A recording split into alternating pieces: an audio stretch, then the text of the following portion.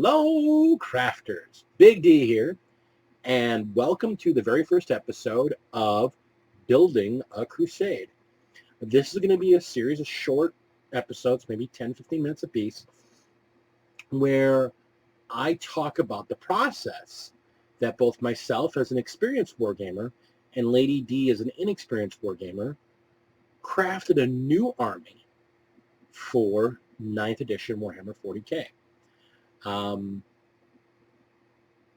Both of our processes are very different, and I will go into some of the painting and some of the building and some of the mindset. I just want to kind of cover the whole mind and thought process behind building a brand new army. So sit back, enjoy, and I hope this gives you some insight and maybe even some ideas for your own army.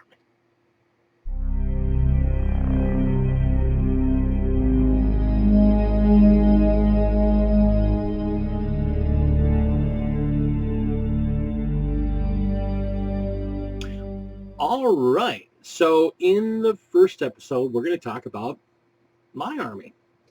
Now, I have been a wargamer for a very long time, and I've been a 40k player. I mean, Warhammer Fantasy brought me into wargaming. 40k really got me to take it to the next step. And so I was really kind of ramped up when we started looking at 40k for 9th edition. I was like, I kind of want to take it a little bit more seriously. And in the COVID break that ended 8th edition at the beginning of 9th, I built a lot of figures. I painted a lot of figures. And I was putting a lot of thought into what I wanted to build. And I had this great idea. I was going to build a Iron Hands successor army. I had this idea actually the winter before we even knew 9th edition was absolutely coming out. I wanted to build an Iron Hand successor army. I wanted to build an Astartes compliant army. That's pretty cool. Yeah, let's do that. And I was gifted a book, and I was looking at some figures and some builds and wanting to know, do I just want to build a 2,000-foot army, or do I want to do it the way I build every army, which is get a bunch of stuff that I want, and as I want to just build more and just end up with a big army. Because my mindset is that I don't think an army's ever really done being built, because there's always something new that could come out, or something better that could come out for it, or a new sculpt, or just a new idea, so new builds. And yeah, so my mindset is that if I'm going to go into building an army, I want to have an idea of what to start with, but I don't really want to limit myself to just that. And then we saw the Indominus box, and it's like, yeah, that'd be a great start to an army. It's 1,000 points. It's awesome.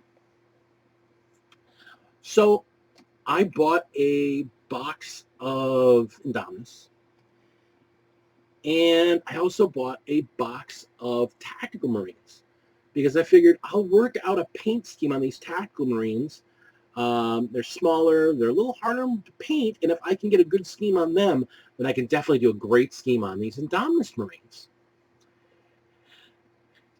And I did like 5 different paint schemes. I started off with something that was mainly gold with some purple, and I'm like, I didn't like it. And then I did something that was black and purple, and I'm like, that's pretty cool. And then I had this idea for a red and white. I did this split down the middle, red and white, and that was like, this is pretty cool. And I hated it. And I painted up this squad. I'm like, this is it. This is what I'm going to do. And I hated it so much, I threw them all in the bath. And I realized what I was doing. I was second-guessing the idea of the army. I was second-guessing the concept of the army. I was second-guessing everything about this Iron Hands army, the successor army, because I wanted to build a successor army because I wanted a successor army, not because I was excited about Iron Hands. Not because I was excited about potentially having an army that I could play as Ultramarines, or play as Iron Hands, or play as Imperial Fists, or any of the other chapters. I was building an army that I had some great ideas for, and I still have them. I'm still working on them. But it wasn't an army I was excited for because of who they were. It was an army I was building that I was trying to make fit a concept because I liked the concept, but the army wasn't working for me. And the more I thought about it, I came to one simple realization. I'm a Space Wolves player.